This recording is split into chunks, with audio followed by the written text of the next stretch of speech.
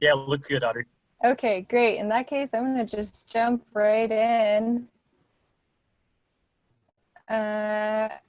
First of all, hello from the Borderlands Wildlife Preserve.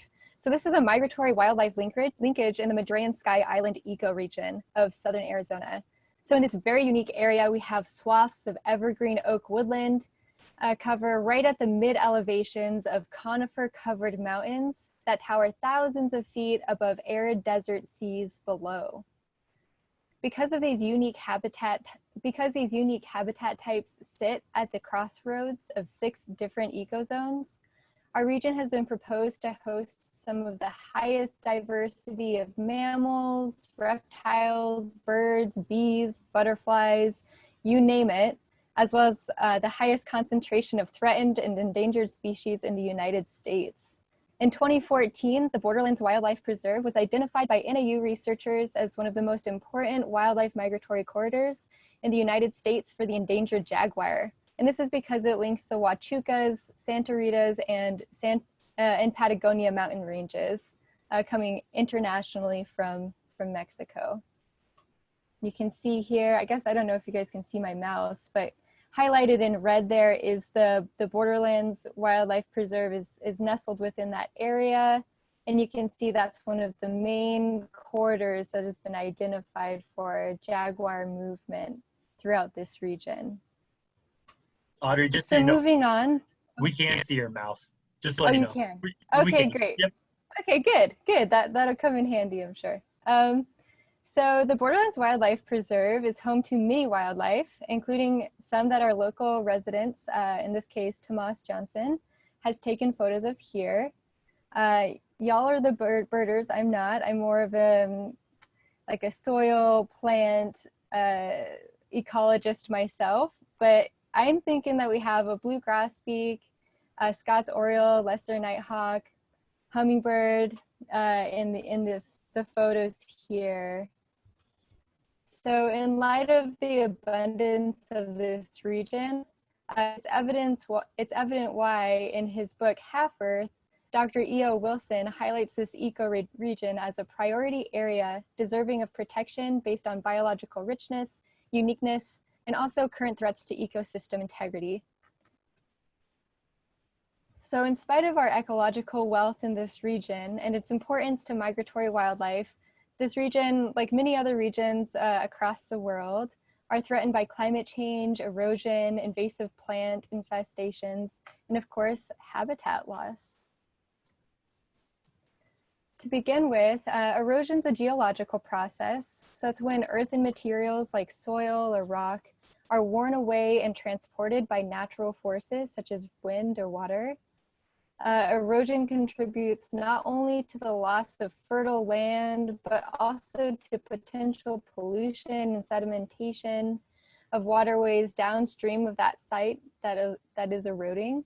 And as soil is lost, so is vegetation. So without vegetation, water continues to cross off the landscape at an alarming rate, decreasing the amount of shallow water recharge, soil infiltration, and surface water in our landscapes, which, as all of us are aware, are very key for many of our bird populations down here. Aside from erosion in the stream beds of this region, which you can kind of see here in this photo, there are a few small swaths of the Borderlands Wildlife Preserve that are bare ground. And in these instances, the soil is just completely exposed to environmental stressors such as sun, rain, wind, and all of that also contributes to water and soil loss. So it's kind of like a vicious cycle that we've got going on there when it comes to erosion. Invasive plants, I think this one is a really easy one to grasp since all of us probably do some extent of weeding in our yards.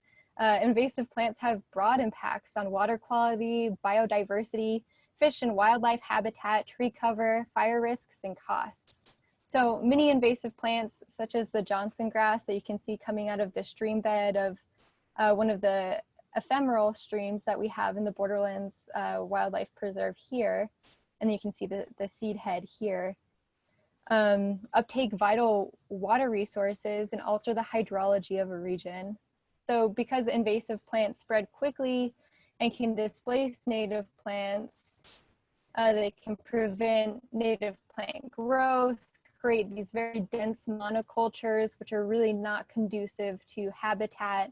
And they often reduce plant species diversity. And in turn, that of course can increase the threat of fire in these landscapes, which I think is pretty readily understandable why that can be bad for many animal populations in this region.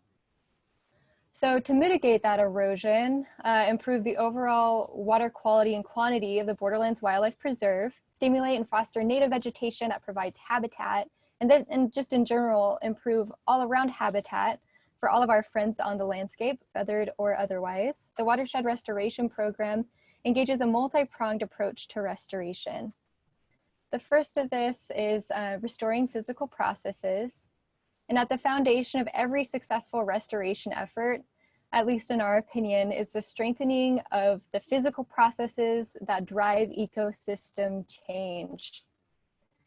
So using hand and machine-built erosion control structures, we create masterful rock and wood structures to mitigate the erosive flow of water across the landscapes, thereby limiting the amount of erosion that occurs on the landscape as well.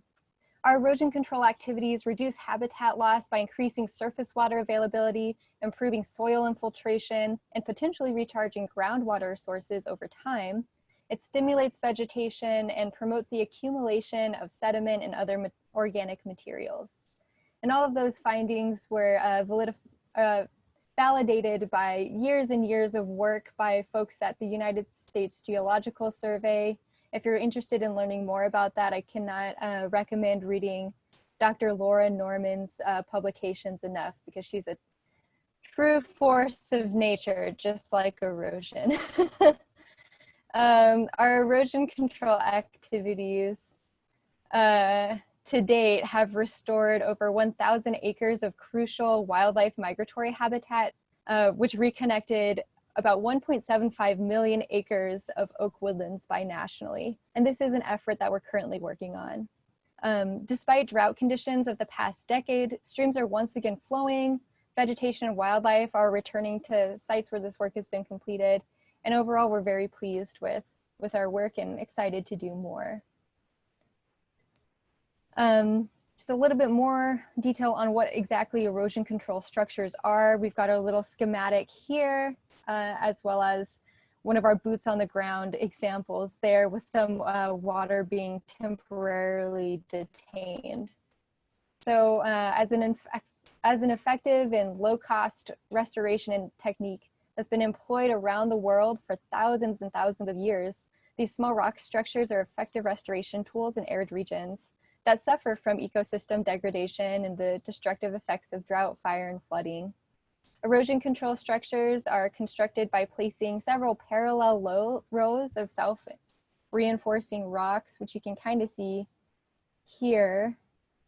And they're often only one rock high in profile, but several rows wide, to rest at right angles to the direction of flow. So as you can see here, the water is going this way, and it's slowing it down as it goes over, promoting some deposition within that stream bed, maintaining the natural morphology of that stream. Really a thing of beauty, promoting the vegetation in there. So this practice extends a hydro period for plant establishment without permanently retaining water. And then when placed in a coordinated series according to landforms and the observed water flows of a region, each individual structure is part of a system that decreases erosive forces, increases water availability, and allows for overall habitat recovery to begin. Here. So in collaboration with our native plant materials program, we revegetate denuded landscapes with native vegetation to provide forage and habitat to wildlife, address nectar gaps on the landscape, stabilize soils, and promote native species richness and diversity in our special landscape. We pay special focus to at-risk pollinators across our landscape and work with plants designed to fill temporal gaps in the nectar landscape. So by working with plants with this directive in mind, we support the landscape from the bottom up in a similar way where we're working from abiotic to biotic with our erosion control structures to vegetation. The combined efforts of our watershed restoration program and native plant materials program have resulted in the planting of nearly 2,000 agave perii and palmeri species. Here in the photo, you can see an agave perii that is in full bloom with a hummingbird taking full advantage. And we planted them in the critical migratory path for the lesser long-nosed bat. And then we've also increased upwards of 600 acres of Montezuma quail habitat with key species for their forage and habitat. In addition to also just revegetating riparian quarters, which are so important for many of our breeding bird species out here, as I'm sure you are all well aware. Lastly, our invasive plant management activities focus on high priority threats to the landscape, including invasive plants in riparian locations that are potentially encroaching on habitat or endangered species habitat, which is what I was discussing earlier with Howard on the pectus and burbus there. So we strive to prevent and control invasive plants, thus giving an ecological advantage to the native plants that enhance habitat for a special fauna, and also contributing to that goal of stabilizing our soils and promoting better hydrology of this region. So, you know, with the help of these three techniques, we really strive to uphold the Sky Islands region as being one of the most biodiverse regions in the United States. Yeah, so by utilizing that multi-pronged approach, Borderlands addresses those key concerns such as erosion, vegetation loss, and invasive plant infestations across the landscape, which is home to the likes of many endemic and migrating species. While much of our work is leveraged through the prioritization of one species, such as the Montezuma quail that I just referenced, or the lesser long-nosed bat, or even the jaguars, this is that key migratory linkage, we have found that in restoring the habitat for one species in such a holistic way, we're restoring the habitat for all species that call this region home through our activities. Even with the unpredictability of climate change in the years to come, when rain events may be more intense, but fewer and further between, or, you know, sustaining high temperatures at unprecedented levels, as folks in Tucson have been experiencing this summer, unfortunately, we genuinely feel that Borderlands Restoration Network's activities build resilience of this ecosystem for years and years to come. That's a nice high-level view for y'all. Thanks again for tuning in and flying by today. I want to say thank you so much, and thank you to all of the folks that we've collaborated with out here that I've outlined below. I look forward to reading through and hearing your questions at the end. Thanks, Audrey. Now it's Troy's turn. Hi, everybody.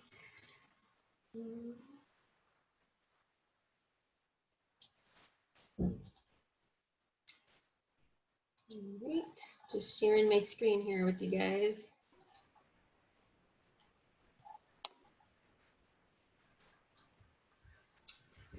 Okay, can everybody hear me? And see Yeah, the you screen? know. Okay. Yeah, it looks All right, great. So my name's Choya, and I do manage the 6 wildlife cameras that we have out on the preserve. And I thought it would be fun for you guys to see the different types of animals that we have out there. So I've been collecting images for the past year since January. And we've identified 17 different mammals and 13 different species of birds so far. And the species of birds, it's higher than that. I have not identified all the smaller birds on the pictures. So it's probably at least 10 to 20 more species that we've caught on these cameras at least. So my presentation, I'm going to go through our local wildlife and then some really beautiful images that I want to share with you. And then there's going to be a fun interactive section at the end. So, all right. So this is a picture of Dragonfly Pond, which is right across from where the trailheads start at the preserve. And this is a herd of mule deer. I probably go through more pictures of deer than any other animal. There's a lot of deer out there. We have at least one herd of mule deer and one herd of white-tailed deer that are seen frequently there. So we have Dragonfly Pond, and we also have 3 drinking stations set throughout the preserve to help our wildlife have access to water.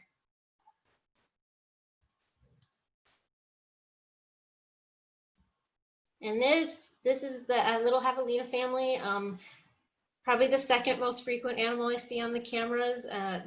These guys are taking a mud bath at Dragonfly Pond, which is, you know, really fun to see on the cameras because they get rolling around and all dirty. Yeah, so these guys are out there. And then the deer and the Javelina bring predators in. And so we frequently see coyotes on the cameras, and I have some images of at least one mated pair. So we know they're doing well out there with the amount of prey that we have. And then I'm going to show you a couple more of the more rare animals that we do not get pictures frequently of, but just occasionally.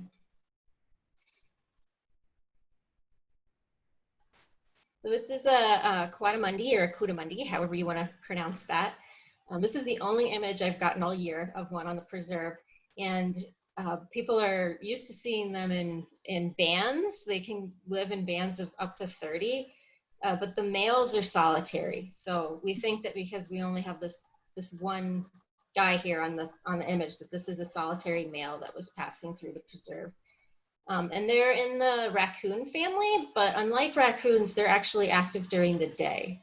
So you're a lot more likely to see them at dawn or dusk than at night, like you would think you would see a raccoon. All right, and then we'll move on to probably the most rare animal that we capture on camera anyway. So this is a mountain lion. This image was captured last fall on one of our cameras. And we do know there's at least one in the preserve that's passing through. And yeah, I feel very, very lucky when I get to see an image of these guys because they don't let themselves be seen very often. But it's a good sign that we have a healthy prey population when we see the big cats out there. All right, and since this is an Audubon Society presentation, the rest of my pictures are going to be of birds, I promise. So I'm going to go through some just really beautiful pictures for you now. So this is a barn owl that we have been capturing on camera at Dragonfly Pond. We believe there's a pair. I've gotten one image of 2 of them at the pond in the past couple months. And the barn owl is just a beautiful animal.